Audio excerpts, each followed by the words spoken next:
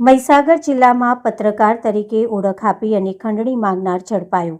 વીરપુરના પ્રતિષ્ઠિત નાગરિકો અને રાજકીય આગેવાનો વિરુદ્ધ અલગ અલગ બાબતે સોશિયલ મીડિયામાં વાયરલ કરવાની ધમકી આપી ખંડણી માંગનાર ઝડપાયો।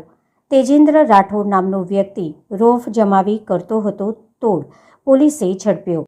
આરોપી વિરુદ્ધ પોલીસ દ્વારા એક ગુનામાં 1 લાખ જેટલી ખંડણી માંગવા અંતર્ગત ફરિયાદ નોંધી છે, તો અન્ય એક ગુનામાં 30,000 રૂપિયાની ખંડણી માંગવાની ફરિયાદ નોંધી છે।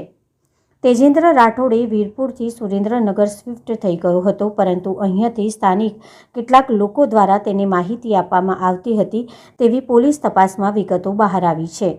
આરોપીની પોલીસે જૂનાગઢથી ધરપકડ કરી છે। આરોપી વિરુદ્ધ 2 ફરિયાદ નોંધાઈ છે, તો અન્ય એક ફરિયાદી પણ સામે આવ્યા છે, એટલે ત્રીજી ફરિયાદ પણ નોંધવામાં આવશે।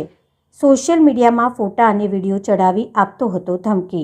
આમાં અન્ય કોઈની પણ સંડોવણી છે કે કેમ તે અંગે પણ પોલીસ વધુ તપાસ કરી રહી છે।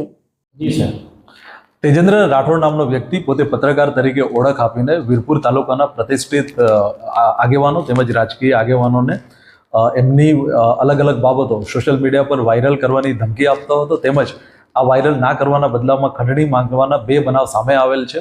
પોલીસે એક ગુનામાં 1 લાખ રૂપિયા જેટલી ખંડણી માંગવાનો FIR દાખલ કરી છે, તેમજ બીજા એક ગુનામાં 30,000 જેટલી રકમની ખંડણી માંગવાનો ગુનો દાખલ કર્યો છે।